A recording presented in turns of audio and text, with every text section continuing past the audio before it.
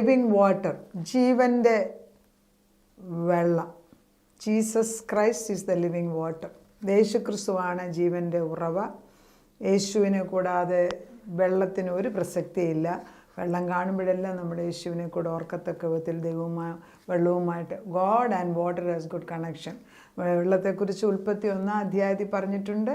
Ezekiel 47, വെളിപ്പാടിൻ്റെ 21:6, വെളിപ്പാടിൻ്റെ 22:1, യോഹന്നാൻ്റെ സുവിശേഷം 2 അധ്യായം. ഇങ്ങനെ പല സ്ഥലങ്ങളിൽ നമ്മുടെ വെള്ളത്തെക്കുറിച്ച് വേദപുസ്തകത്തിൽ ഒട്ടുമുക്കാലും വെള്ളത്തെക്കുറിച്ച് പറയുന്നുണ്ട്. പ്രധാനമായിട്ട് എടുക്കുന്നത് ഇന്ന് എസെക്കിയേൽ 47-ാം അധ്യായം. വെള്ളത്തിന് ജീവനുണ്ട്, വെള്ളമാണ് ജീവൻ. ആ ജീവൻ തരുന്നത് എത്ര പ്രധാനമാണെന്നുള്ളതാണ് എസെക്കിയേൽ 47-നകത്ത് വ്യക്തമായിട്ട് നമ്മളെ കാണിച്ചിരിക്കുന്നത്. അതിൻ്റെ കുറച്ച് ഭാഗം മാത്രം വായിക്കും. അവൻ എന്നെ ആലയത്തിൻ്റെ പ്രവേശത്തിൽ മടക്കിക്കൊണ്ടുവന്നപ്പോൾ ആലയത്തിൻ്റെ ഉമ്മരപ്പടിയിൽ നിന്ന് കീഴെ നിന്ന് വെള്ളം കിഴക്കോട്ട് പുറപ്പെടുന്നത് ഞാൻ കണ്ടു. ആലയത്തിൻ്റെ മുഖം കിഴക്കോട്ടല്ലോ. ഈ വെള്ളം ആലയത്തിൻ്റെ വലതുഭാഗത്ത് നിന്ന് കിഴക്ക് നിന്ന് യാഗപീഠത്തിന് തെക്ക് വശത്തായി ഒഴുകി. അവൻ വടക്കോട്ട് നിന്ന് ഗോപുരം പടി എന്നെ പുറത്ത് കൊണ്ടുവന്ന് ചെന്ന് പുറത്തെ വഴിയായി കിഴക്കോട്ട്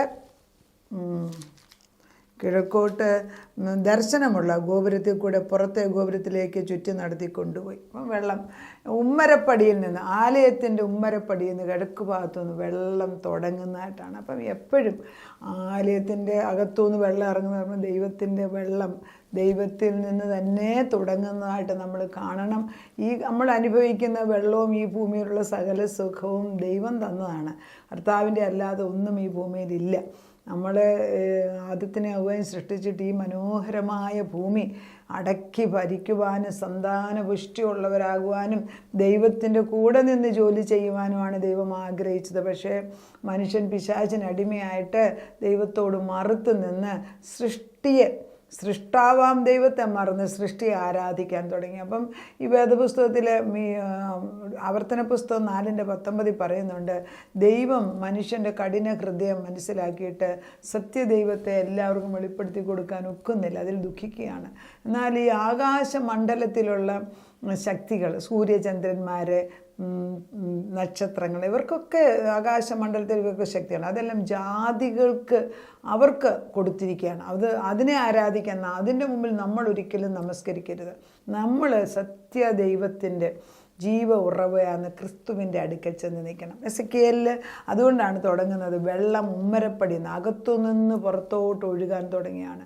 ജീവൻ്റെ ഉറവ ക്രിസ്തു ആണെങ്കിൽ അവനിൽ നിന്നാണ് നമുക്ക് വെള്ളം വരുന്നതെന്നുള്ള ബോധം, അവനിൽ നിന്നാണ് ജീവൻ വരുന്നത്. ഈ വെള്ളം പഥ്യമായ വെള്ളമാണ്. ഞാൻ പറഞ്ഞല്ലോ,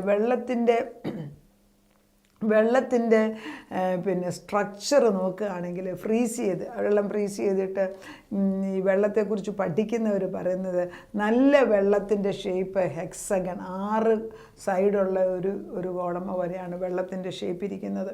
അത് മനോഹരമായ ഷേപ്പാണ്. എന്നാൽ ഈ വെള്ളം നമ്മൾ മിസ്യൂസ് ചെയ്യുക, അഴുക്കായിട്ട് ഉപയോഗിക്കുകയാണെങ്കിൽ അതിൻ്റെ ആ സ്ട്രക്ചർ മാറിയിട്ട് അത് അഴുക്കാകും. അപ്പം വെള്ളത്തിന്മേൽ നമ്മൾ നോക്കി വെച്ച് ഈ വെള്ളം ശുദ്ധവെള്ളമാണ് എന്ന് പറഞ്ഞ് നമ്മൾ ആത്മാവിൽ കാണുമ്പോൾ അത് ദൈവത്തിൻ്റെ പ്രതീകമായിട്ട് നമുക്ക് കാണാൻ സാധിക്കും. ഉമ്മരപ്പടിയിൽ നിന്ന് വെള്ളം, ശുദ്ധമുള്ള വെള്ളം ഒഴുകുന്നിടത്ത് എന്താ സംഭവിക്കുന്നത് എന്നുള്ളതാണ് എസെക്കിയേൽ പറയുന്നത്. ഈ വെള്ളം ഒഴുകുന്നിടമെല്ലാം ശുദ്ധമാകണം. അതുതന്നെയാണ് ഞാനും ആഗ്രഹിക്കുന്നത്.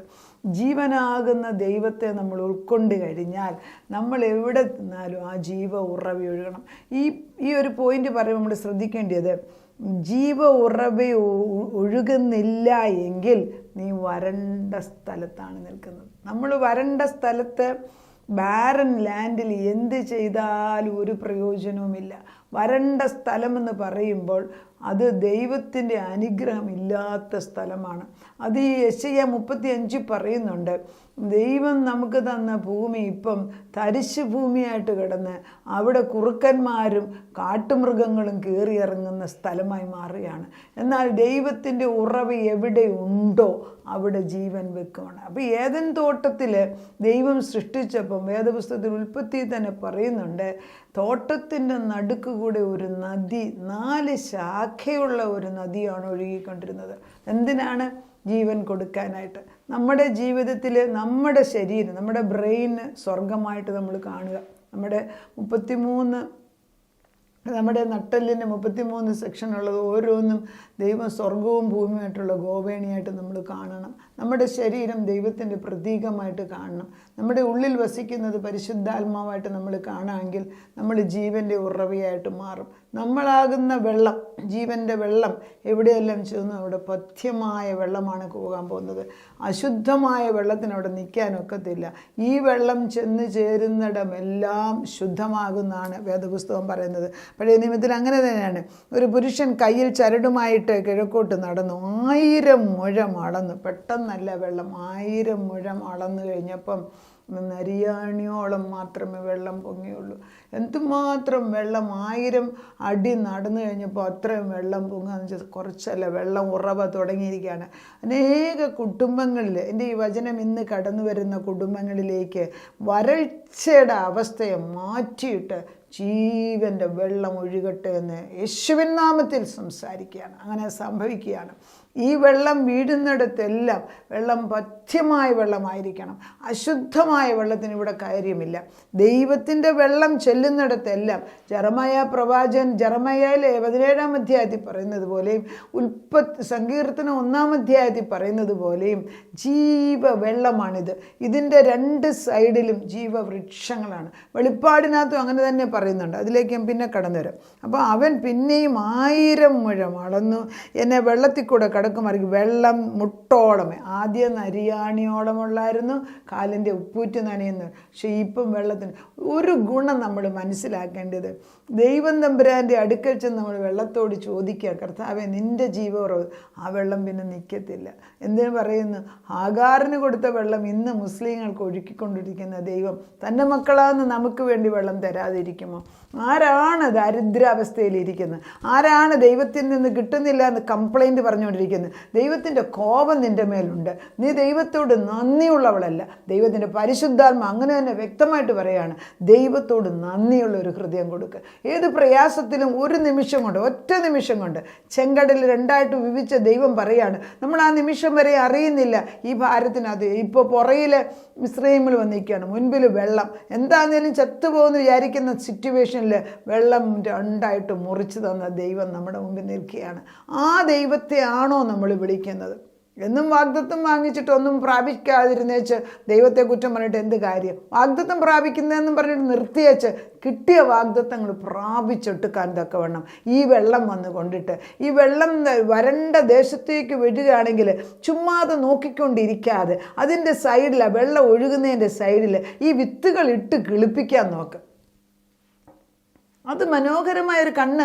നമ്മൾ ഈ വെള്ളം ഒഴുകുന്നതിൻ്റെ, വെള്ളം ഇങ്ങനെ ഒഴുകിക്കോണ്ട് കാണുമ്പോൾ വെള്ളം ഒഴുകാൻ തുടങ്ങിയപ്പോൾ വെള്ളം ഒഴുകാൻ തുടങ്ങി ആ വെള്ളം വരുന്നതിൻ്റെ സൈഡിലെല്ലാം നമ്മൾ നല്ല വിത്തുകൾ അങ്ങോട്ട് ഇടാമെങ്കിൽ അത് ഇവൻ നെല്ലിൻ്റെ കാര്യത്തിന് 120 ദിവസം കൊണ്ട് ഒരു നെൽകൃഷി എടുക്കാൻ സാധിക്കും. 101 പറയുമ്പോൾ 4 മാസം കൊണ്ട് ഒരു നെല്ല് കൃഷി ചെയ്തിട്ട് നമുക്ക് വിളവെടുക്കാൻ സാധിക്കും. എത്ര പേര് കൈകൊണ്ട് അധ്വാനിച്ച് എന്തെങ്കിലും ചെയ്യുന്നുണ്ട്? മനുഷ്യൻ ദൈവത്തിന് കുറ്റം പറയും. സുഖങ്ങൾ അങ്ങേയറ്റമായിട്ട് ഈ ജീവൻ്റെ വെള്ളം ദൈവത്തെ അനുഭവിക്കുകയും ചെയ്തിട്ട് ദൈവത്തിനെ കുറ്റം പറയുന്ന മനുഷ്യൻ, ദൈവം തന്ന വെള്ളം അനുഭവിച്ചിട്ട് ദൈവത്തിന് ചീത്ത പറയുന്ന മനുഷ്യർ, അത് തന്നെയാണ് ഇസ്രായേൽ ജനതയും ചെയ്തത്. പക്ഷെ ദൈവം ഇന്ന് പറയാൻ, ഞാൻ പഥ്യമായ വെള്ളം ഇതാ ഒഴുക്കിയാണ്. അപ്പോൾ മുട്ടോളമായി കഴിഞ്ഞിട്ട് വീണ്ടും ഇത് step by step, stage by സ്റ്റേജാണ് ദൈവം വെള്ളം അയക്കുന്നത്. ആവശ്യമുള്ളൊരു വാങ്ങിച്ചെടുക്കണം. വെള്ളത്തെക്കുറിച്ച് ദാഹിക്കുന്നവൻ്റെ വീട്ടിൽ ഇതാ വെള്ളം കയറി വരും. ഞാൻ പറഞ്ഞില്ല, എൻ്റെ വീട്ടിൽ വെള്ളമില്ല. നേരം വെള്ളത്തപ്പോൾ എൻ്റെ അടുക്കളയിൽ, എൻ്റെ സിറ്റിംഗ് റൂമിൽ, എൻ്റെ ഡൈനിങ് റൂം വരെ വെള്ളം ഒഴുകുന്നത് ഞാൻ. ഇത് ചുമ്മാ ആത്മാവിൽ കണ്ടാലേ, യഥാർത്ഥത്തിൽ നടന്ന സംഭവം ഞാൻ പറയുന്നു. വെള്ളം ദൈവം തരാൻ ആഗ്രഹിച്ചാൽ വെള്ളത്തിനൊരു സ്വഭാവമുണ്ട്. ദൈവം വെള്ളം ഒഴുക്കുകയാണെങ്കിൽ അതിനെ തടുത്തു നിർക്കാൻ ആർക്കും ഒക്കത്തില്ലെന്ന്. ആ വെള്ളം ഏതെങ്കിലും വഴി കൂടെ നമുക്ക് എത്തേണ്ടിയത് നമ്മുടെ വീട്ടിൽ കയറി വരുമെന്ന്. ഇത്ര നല്ലവനോ ഒരു ദൈവം. എന്നാൽ ഒരു സൈഡ് ഓർക്കണം, ഈ വെള്ളം തന്നെ sometimes it can be on the destructive side. നീ ദൈവത്തിൻ്റെ ആത്മാവിൽ അല്ലെങ്കിൽ ഈ വെള്ളം തന്നെ നശിപ്പിക്കാനും ഇടയാകും. ഓർത്തോണം, ദൈവത്തിൻ്റെ പരിശുദ്ധാത്മാ.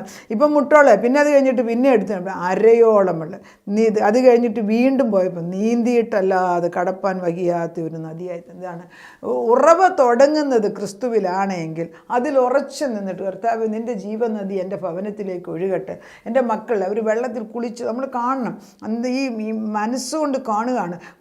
കുടുംബമായിട്ട് ഈ വെള്ളത്തിനകത്ത് കുളിച്ച് പൊങ്ങട്ടെ. ഞാൻ സൗദിയിലൊക്കെ ഇരുന്ന് ഞങ്ങൾ പ്രാർത്ഥിക്കുമ്പോൾ ഞങ്ങൾ എപ്പോഴും ചെയ്യാറുള്ളതാണ്. എൻ്റെ കൂടെയുള്ളവർക്കൊക്കെ ഈ വചനം എടുക്കുമ്പോൾ അവർ എൻ്റെ കൂടെ ആത്മാവിൽ ഒരുപോലെ നിൽക്കും. അതൊരു വലിയ ഭാഗ്യപദവിയായിരുന്നു. അത് ഇവിടെയും കുറച്ച് പേരുണ്ട്. ഞാൻ പറയുന്നത് സൈഡിൽ നിൽക്കുന്ന വക്കത്ത് നിൽക്കുന്നവരെല്ലാം ഞങ്ങൾ ഈ വെള്ളത്തിൽ തള്ളിയിടും. എങ്ങനെ പോയാലും ഈ വെള്ളത്തിൽ കുളിച്ചിട്ട് പൊങ്ങിയാൽ മതി. ഈ ജീവവെള്ളത്തിനകത്ത് നന്ദിയുള്ള ആദ്യം വീണ്ടും വീണ്ടും ആത്മാവ് എന്നോട് പറയും, നന്ദിയുള്ള ഹൃദയം ഉണ്ടാക്കാൻ പ്രാർത്ഥിക്കുകയും ദൈവം നമ്മളെ അനുഗ്രഹിക്കാൻ ഇറങ്ങി വന്നിരിക്കുക.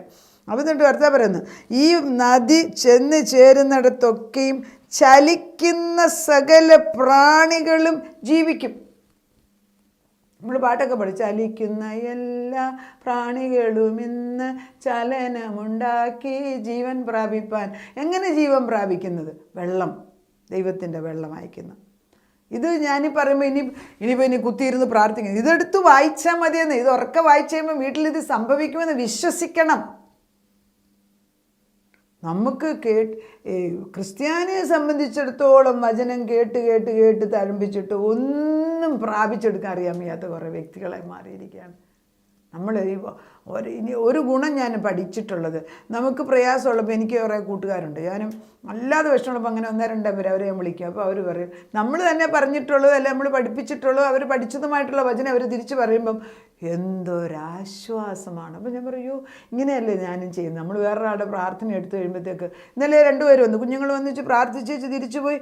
വന്ന മുഖത്തോടല്ലേ അവർ തിരിച്ചു പോകുന്നത്. കാരണം ദൈവത്തിൻ്റെ വെള്ളം ജീവന്, ഈ വെള്ളം ചെല്ലുന്നിടത്ത് പഥ്യമായ വെള്ളമാണിത്.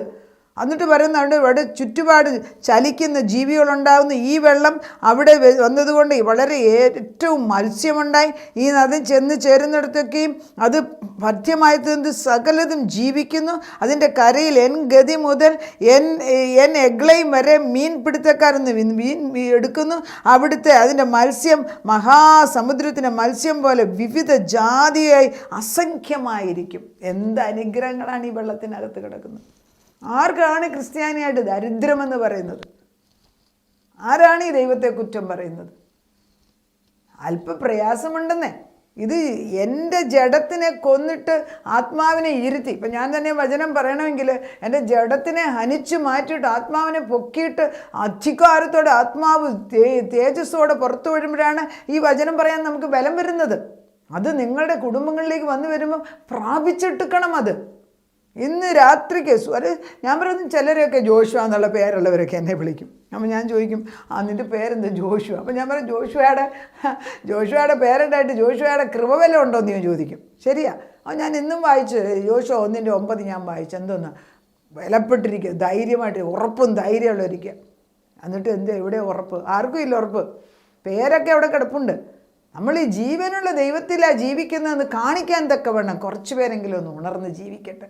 അങ്ങനെയുള്ളവരെല്ലാവരും കൂടെ ഒന്നിച്ചു കൂടാൻ ദൈവം അനുവദിക്കട്ടെ. ഞാൻ നേരത്തെ പറഞ്ഞായിരുന്നു, ഒരു റിട്രീറ്റ് നടത്താൻ ആഗ്രഹിക്കുകയാണ്. ജനുവരി 20-ാം തീയതി ഒരു റിട്രീറ്റ്. ആഗ്രഹമുള്ളവർക്ക് എനിക്ക് വാട്സപ്പ് അയക്കാമെങ്കിൽ ഞാൻ അതനുസരിച്ച്, അധികം പേരെ ഉദ്ദേശിക്കുന്നില്ല, എന്നാൽ ഒരു ദിവസം 1 ഡേ റിട്രീറ്റ് നടത്താൻ ഞാൻ ആഗ്രഹിക്കുകയാണ്. ദൈവത്തിൻ്റെ ഈ ജീവനദി നമ്മൾ പ്രാപിച്ചെടുത്ത് തലമുറകളിലേക്ക് പാസ് ചെയ്യണം. ഇത് പഥ്യമായതാണ്, ഇത് അനുഗ്രഹമാണ്, ഇത് ജീവനാണ്. ദൈവം നമ്മളെ അനുഗ്രഹിക്കട്ടെ. അതാ നിൻ്റെ ജീവനദി ഒഴുകുന്നിടത്ത് മനുഷ്യൻ എങ്ങനെ ചലിക്കാതിരിക്കും? ചത്ത് കിടക്കുന്ന മത്സ്യങ്ങൾ പോലും ജീവിക്കുന്നെന്ന്. പിന്നെന്താ മനുഷ്യർ ജീവിക്കാത്ത കർത്താവേ? അപ്പോൾ നിൻ്റെ ഉറവയല്ലേ അവിടെ? അപ്പച്ചൻ്റെ ഉറവയല്ലാത്ത എല്ലാം മാറിപ്പോട്ടെ. ജീവനുള്ള ദൈവത്തിൻ്റെ ഉറവ് മാത്രം എൻ്റെ ഭവനത്തിൽ കയറിയാൽ മതി. ഞാൻ ഈ വചനം അയക്കുന്നിടത്തും അങ്ങനെ തന്നെ. പഥ്യമായ വെള്ളം, എസെക്കിയേൽ ഈ 47 പറയുന്ന പോലെ മനോഹരമായ വെള്ളം, ഉമ്മരപ്പടിയിൽ നിന്ന് ദൈവത്തിൻ്റെ ആലയത്തിൽ നിന്ന് ഇറങ്ങി വരുന്ന വെള്ളം, ഒരിക്കലും വറ്റിപ്പോകാത്തതായ വെള്ളം, അത് ക്രിസ്തു തന്നെയാണ്. അപ്പച്ച ആ വെള്ളം നമ്മുടെ ഭവനങ്ങളിലേക്ക് ഒഴുകി വരട്ടെ. നമ്മുടെ കുഞ്ഞുങ്ങൾ ഈ വെള്ളത്തിൽ കയറാതെ വീട്ടിൽ കയറാനൊക്കത്തില്ല. നമ്മുടെ വീട്ടിൽ വരുന്നവർ ഈ വെള്ളത്തിനകത്ത് കുളിച്ചു പൊങ്ങണം കർത്താവേ. അപ്പച്ചനത് ചെയ്യുന്നതിന് സ്തോത്രം. തലമുറയ്ക്ക് ഇത് ഐശ്വര്യമാണ്. ആഗാർ നിന്നെ അറിയുന്ന പോലും ഇല്ല. കർത്താവ് പറയുന്നു, ഇസ്മയേലിൻ്റെ പ്രാർത്ഥന കേട്ടെന്നാണ് പറഞ്ഞത്. അബ്രഹാമിൻ്റെ ആഗാറിന് കൊടുത്ത വെള്ളം ഇന്നും നിലനിൽക്കുന്നു. പിന്നെ ഞങ്ങൾക്ക് തരുന്ന വെള്ളം നിലനിൽക്കാതെ പക്ഷെ അറിയുന്നില്ല. ആ വെള്ളമെടുത്ത് ജീവവൃക്ഷങ്ങൾ നട്ടു വളർത്താനുള്ള കൃപ നന്നായിട്ട് ലഭിച്ച പ്രാർത്ഥന കേട്ട് അനേക കുടുംബങ്ങൾക്ക് ഇതൊരു ജീവൻ്റെ ഐശ്വര്യമായ വചനമായി മാറ്റിക്കൊടുക്കണമെന്ന് പ്രാർത്ഥിക്കുന്നു. അവിടുന്ന് പ്രാർത്ഥന കേട്ട് ഉത്തരം തന്നതിന് നന്ദി. യേശു ക്രിസ്തുവിൻ്റെ പുണ്യനാമത്തിൽ തന്നെ. ആമേൻ.